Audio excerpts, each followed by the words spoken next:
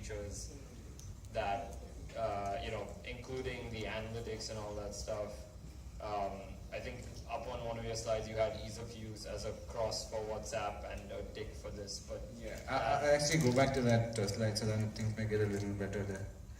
Okay, to particularly answer your question, see, WhatsApp is more like a, it's a personal communication system, and WhatsApp themselves have accepted the fact that it is not a business communication system, right? It's more of a chat platform. It's not a business communication platform, and by the virtue of that, there are certain areas that they are not strong in, alright? And they need not be, because they aren't that. They don't claim to be a business. What we're trying to be is we're trying to be a business communication platform. Right, but just a question there. Sure. So would you have people download the Gap, customers download the Gapcom app? That's right. That's what we would do. Do you think there's a concern in terms of just the way the product would be viewed, where, let's say if you go to your last slide and I'm, a partner of Bajaj Communications, but then I suddenly now have 30 other businesses that are in my feed. Correct. Absolutely. So yeah, that's a good point. So we have, so it's not really those businesses that are in your feed. The way the model works is the consumer downloads the Gapcom app, right?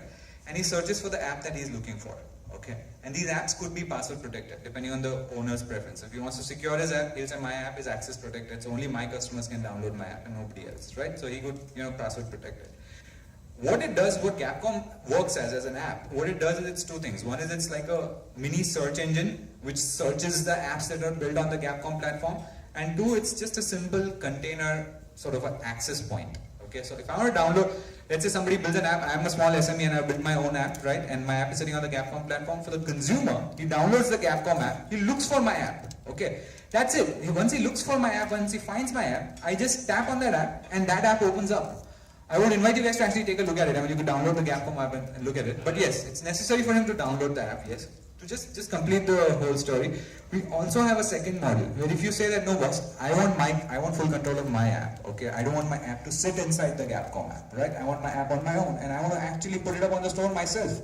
We have that option as well. We charge an additional fee. Right now we've pegged it at about 30,000 bucks. You pay a one-time fee of 30,000 rupees, we give you all the control of your app, and then you can, take it forward. You could actually push it on the store with your name, with no association with Gapcom whatsoever. Yeah, the only thing I'd say is if, it seems like you're trying to optimize for cost to consumer, and I'd say one of the key guys that you should have up here is Facebook pages, because that's free. It provides pretty much everything on there. I can't do live notifications on Facebook.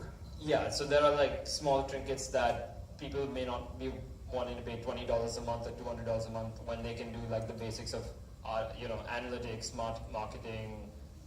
It's easy to use. It has no customer acquisition cost because everybody has Facebook. So just say that.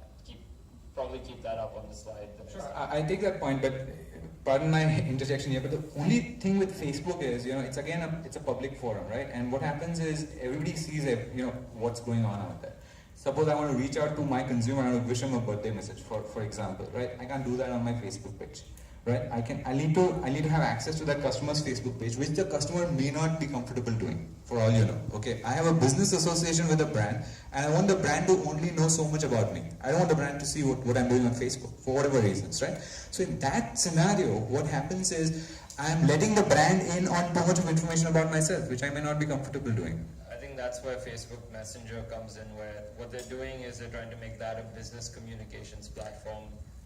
Currently in the US, there are businesses that are on the Messenger platform that they use for, instead of using something like a Freshdesk, they now just switch over to Messenger. So it's just something to be cognizant of. Yeah, but then here, just expand It's fine, it's not a question or anything. Alrighty, no problem. But I'll just quickly underline that one, saying that we have a full-blown web-based interface, okay, that allows the customer to create his consumer segments, to target people and all of that. So the management of the whole communication channel happens via a desktop front end, which is mobile friendly. So I can do it from the phone, or I could actually go onto a desktop and actually do it on a bigger screen. So if I have bigger tasks to do, let's say I want to schedule a happy birthday reminder, I say all the customers, I want to wish them a standard message on my birthday. I can set up that message and I can feed it into the system in a way that the system actually fires those happy birthday notifications to customers based on the dates that are pre-programmed. So there are a lot of these features which are very business oriented and which can be managed via a desktop based interface, which kind of makes the whole management process a lot easier. But what if the customer doesn't have the app in the first place? Right. So that's the whole idea behind getting the pricing, which is what you rightly pointed out. The pricing is actually taking care of that. We're saying, okay, we're going to charge you really